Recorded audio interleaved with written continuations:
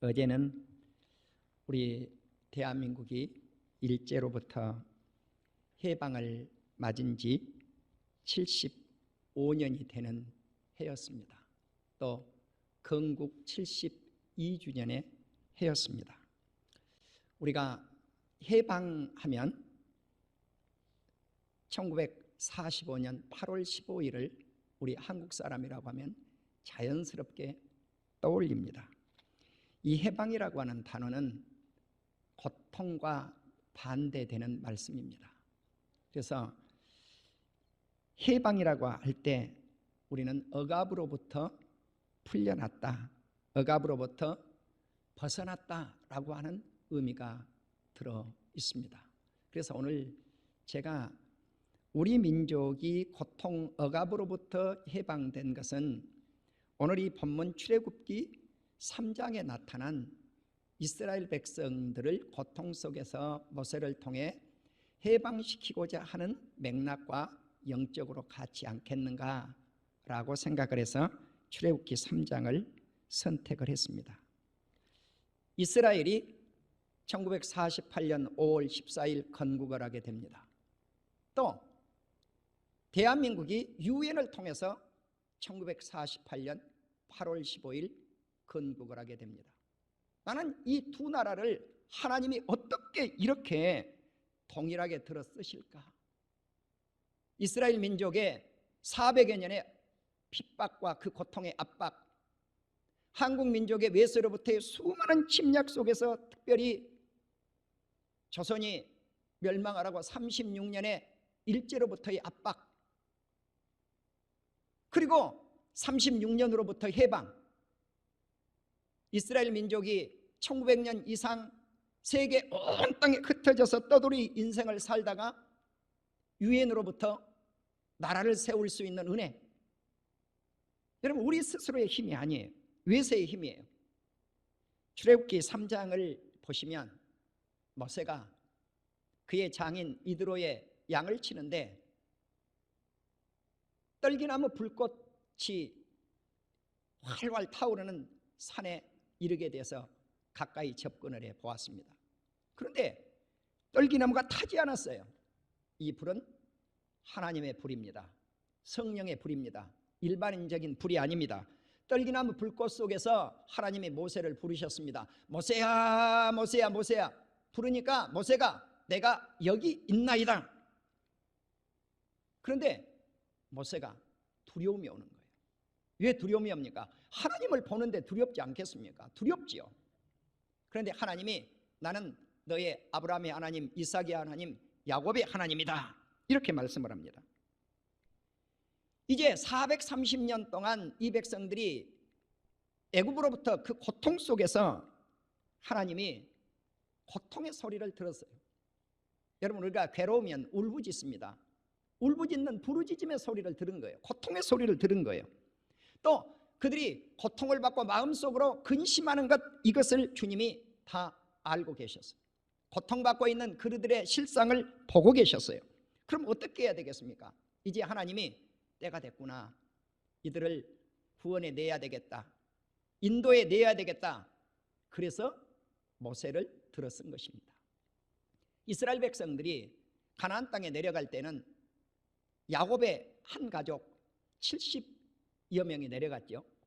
그런데 이들이 되돌아올 때 400년, 430년이 지나고 되돌아올 때 60만, 약 60만, 조금 넘었습니다만 이 말씀은 오늘 반복적으로 좀 한 번 더 말씀을 드리겠습니다. 60만이 조금 더 됐어요.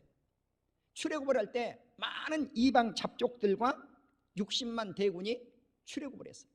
어마어마한 숫자죠. 이 말씀은 이스라엘 자손이 우리보다 많고 강하다라고 출애굽기 1장 9절에서 바로가 이스라엘 백성의 수가 많다고 하는 것을 그렇게 고백을 했어요. 애굽 사람보다 더 많다. 예. 그리하여 바로는 근심을 하게 되죠. 이 문제 해결을 위해서 이스라엘 백성들을 고통 속에 갖다 집어넣는데 고된 일을 시켜요. 그것이 흙내기기, 벽돌 굽기, 여러 가지 농사 일을 시켜서 이스라엘 백성들을 괴롭힙니다. 그리고 이스라엘의 국고성을 건축을 하게 만들죠. 하나님은 이러한 때, 견디지 못할 때, 이제 더 이상 억압으로부터 견디지 못할 때 모세라고 하는 위대한 지도자를 떨기나무 불꽃 가운데서 부르셨다고 하는 사실입니다. 그리고 이 민족을 구원해 내기로 모세를 들어 쓰기를 원하시고 그에게 사명을 부여한 것입니다. 조금 전에도 말씀을 드린 대로 고통받은 것을 보았고 감독자들로부터 그 고통 속에서 울부짖는 기도 소리를 들으셨고 마음에 근심하는 소리를 아셨다는 사실이에요. 1945년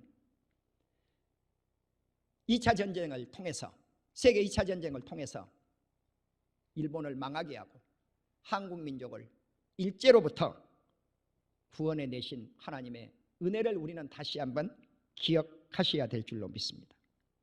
이스라엘 백성들을 가나안 땅, 젖과 꿀이 흐르는 땅으로 인도해 내서 하나님이 광야 40여 년 동안 이스라엘 백성과 함께 하셔서 이스라엘 백성들을 그리 데리고 가시겠다고 하는 것입니다. 이것이 해방이요, 이것이 구원이요, 이것이 자유입니다. 자, 그렇기 때문에 이스라엘 백성들을 건져내신 목적은 죄악의 애굽 땅으로부터의 구원, 그리고 이스라엘 백성들을 건져내서 하나님만 섬기게 하시기 위함이었습니다. 우리 한국 민족을 일제 36년 억압 속에서 건져내서 세계에서 예수님을 그래도 숫자적으로 프로테지로 10번째 예수님을 잘 믿는 나라로 지금 세워놓았습니다. 여러분, 그러나 인구 대비로 본다고 하면요, 어마어마한 백성들이 예수 그리스도 안에 돌아와 있습니다.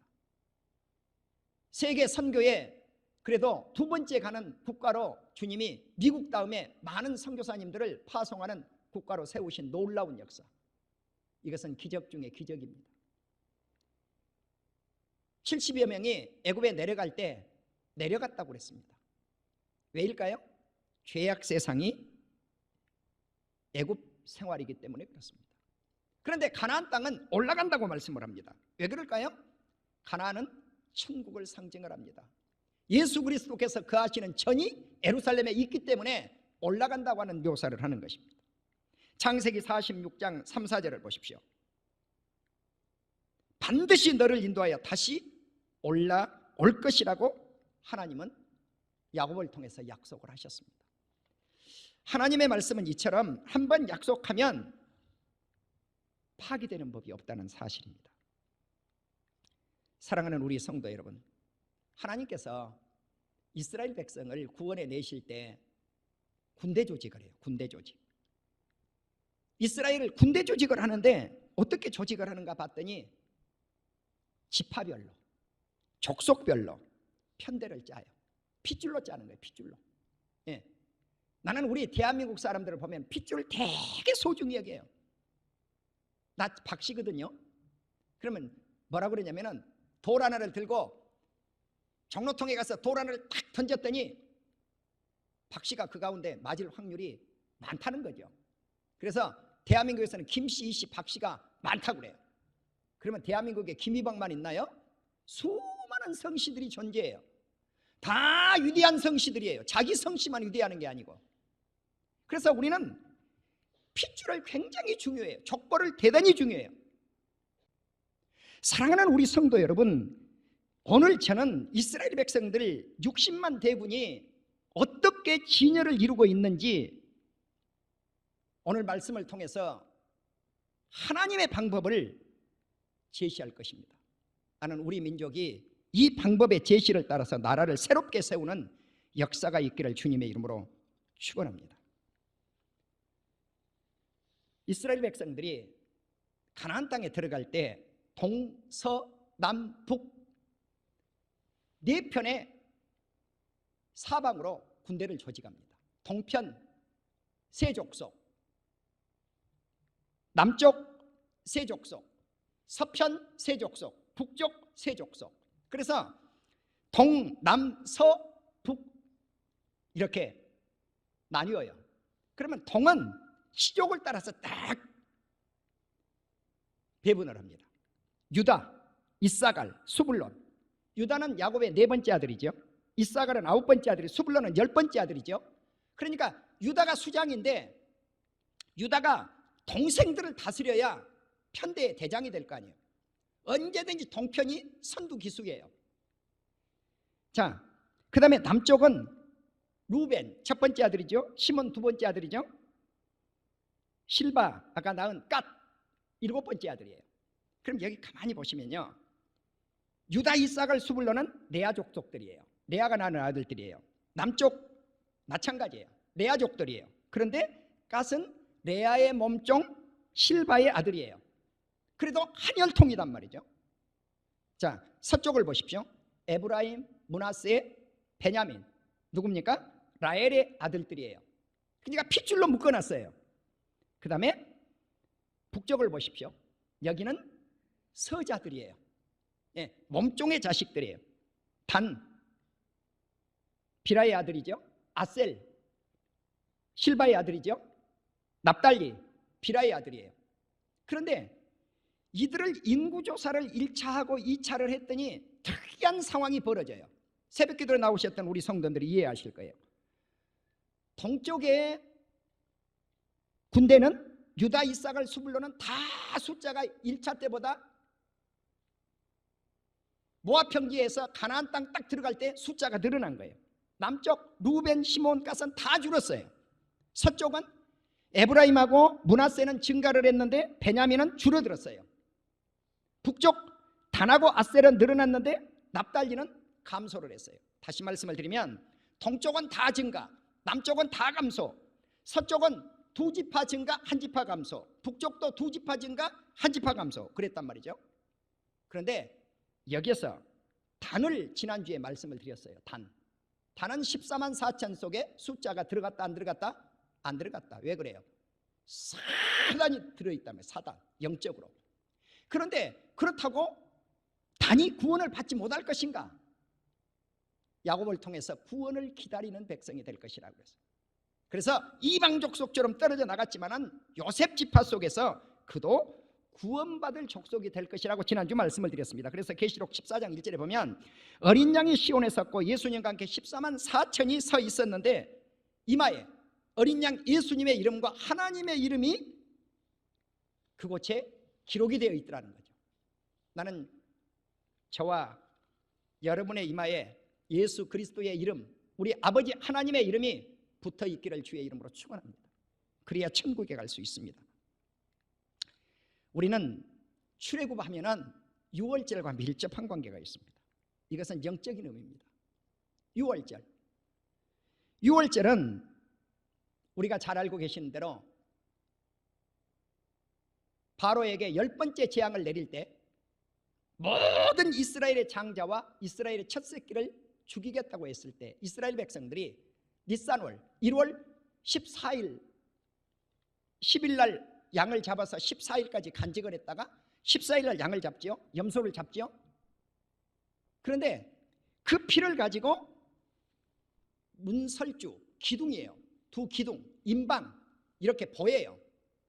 여기에다가 피를 발라놓으면은 하나님이 그 집에 와서 어떻게 했어요? 뛰어 넘어가 버렸죠. 그런데 이스라엘 백성 가정에는 하나도 피가 묻어 있지 않아요. 그러면 피 묻어 있지 않는 가정은 다 죽였단 말이에요. 처자들을 다 죽이고 애굽에 그리고 애굽의 첫 새끼 모든 짐승의 새끼들을 죽였어요. 그런데 이스라엘 백성은 다 구원을 받았단 말입니다. 이것이 죄로부터의 구원이에요. 예수님이 십자가를 지시죠. 여러분 어느 날 십자가를 지셔요? 우리 주님이? 유월절이죠. 네, 이것은 그리스도의 구속을 예표하고 있는 말씀이에요. 이제 우리는 유월절을 통해서 애굽의 첫 장자 첫 새끼를 죽이고 그뿐만 아니라 애굽의 모든 신을 하나님께서 심판하는 거예요. 그러니까 출애굽이 뭔가? 애굽의 모든 신을 하나님이 심판을 했더라. 출애굽기 12장 12절이죠. 애굽의 첫 새끼를 다 죽이고 애굽의 신을 심판하는 날이 출애굽입니다. 애굽의 입장에서 본다면 재앙이죠. 이스라엘 민족에서 입장에서 본다면 구속이요, 해방이요, 자유입니다. 사랑하는 우리 성도 여러분, 바로 이 유월절을 대대로 주님은 기념하라고 말씀을 했습니다. 그래서 이 유월절 제사는 애굽의 재앙이 내려질 때 애굽에 있는 이스라엘 자손의 집을 넘어 우리의 집을 구원하셨다, 구원받은 날입니다.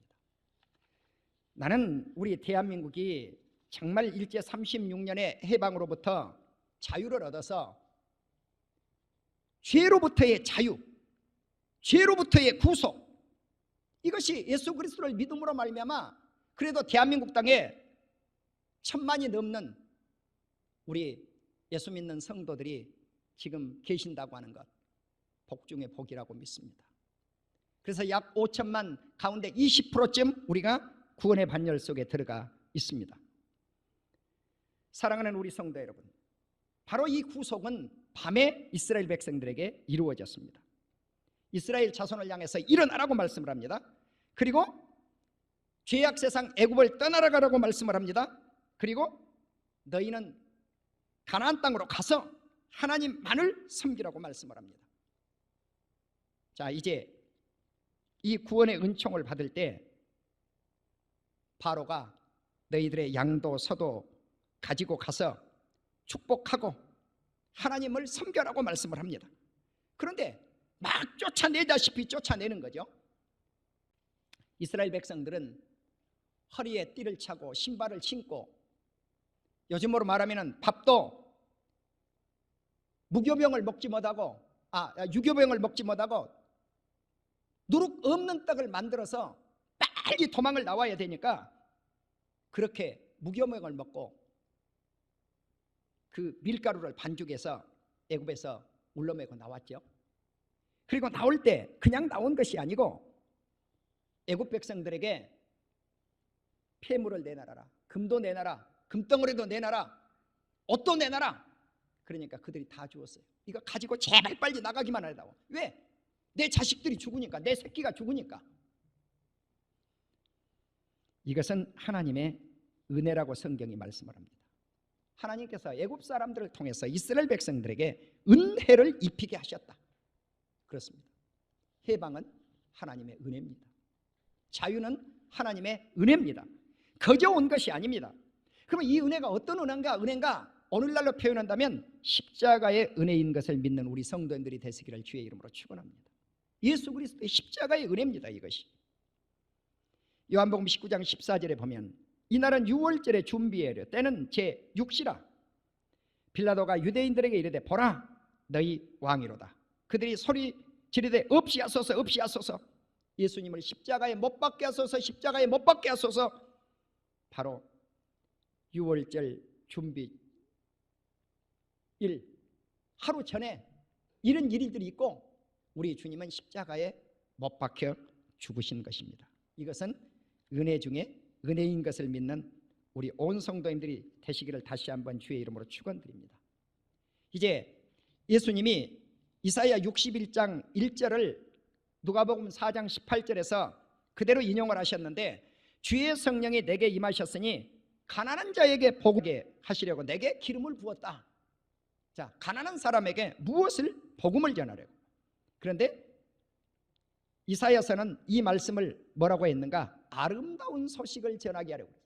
이 아름다운 소식이 어떤 소식인가? 복음의 소식이에요. 굿뉴스. 예수 그리스도를 믿으면 자유함을 얻습니다. 예수 그리스도를 믿으면 해방을 얻습니다. 어디로부터? 죄로부터. 이것이 복음입니다. 이 복음의 소식. 포로된 자에게 자유를 주셨고 눌린 자에게 자유를 주셨습니다. 죄에 억눌려 있는 사람, 그 사람들에게 자유를 주신 우리 예수님의 그 은총, 그 은혜가 75주년을 맞이하는 광복, 그리고 72주년을 맞이하는 건국의 해를 맞이하면서 우리 성도님들에게 이 해방의 기쁨, 이 자유의 기쁨이 예수 그리스도를 통해서 넘쳐나기를 주님의 이름으로 축원합니다. 그리고 한 가지 더 곁들여서 말씀을 드립니다. 동, 서, 남, 북으로 핏줄로 뭉쳐 있었던 유태인들이, 이스라엘 백성들이 가나안 땅까지 어떻게 진격해 나갔는가? 그러면은 분열을 하기 위해서 이것이 동서남북으로 찢었는가? 아니에요. 그들의 가장 중앙에는 레위 지파가 있었어요. 레위 지파는 무엇을 들고 있었습니까? 언약궤를 들고 있었어요. 하나님의 말씀이에요. 다시 말씀을 드리면 하나님의 말씀 중심으로 이 네 동서, 동, 남, 서, 북 세 지파에 뭉쳐있는 12지파가 똘똘 뭉쳐서 가나안 땅으로 진격했다고 하는 사실을 우리는 잊지 않기를 주의 이름으로 축원합니다. 그러니까 우리가 박씨, 무슨 씨, 성씨를 따지는 거 중요해요. 여러분 고향 중요해요. 그러나 찢기 위해서가 아니라 뭉치기 위해서고 연합하기 위해서 그들은 한 덩어리 되었다고 하는 사실을 믿는 우리 대한민국의 온 백성들이 되기를 주님의 이름으로 축원합니다. 그들은 오직 하나님, 오직 예수 그리스도 하고, 물론 유태인들이 예수님 안 믿어요. 내가 영적인 말씀이에요. 구약시대는 오직 하나님이죠. 하나님이 앞장서서 쫙 이끌어 가시면 하나님을 쫙 모든 12지파가 하나님의 뒤를 따라서 나갔죠. 이것이 군대입니다. 그러니까 말씀이 앞장서서 나갈 때 쫙 나가고 말씀이 중앙에 섰을 때 똘똘 뭉치는 이러한 민족 정신, 이것은 오늘날도 유태인들에게 그대로 존재해요. 나는 우리 한국 민족이 이스라엘 민족처럼 한 덩어리 돼서 민족이 뭉치기 위한 지파, 뭉치기 위한 씨족, 뭉치기 위한 핏줄, 이것이 되기를 주의 이름으로 축원합니다.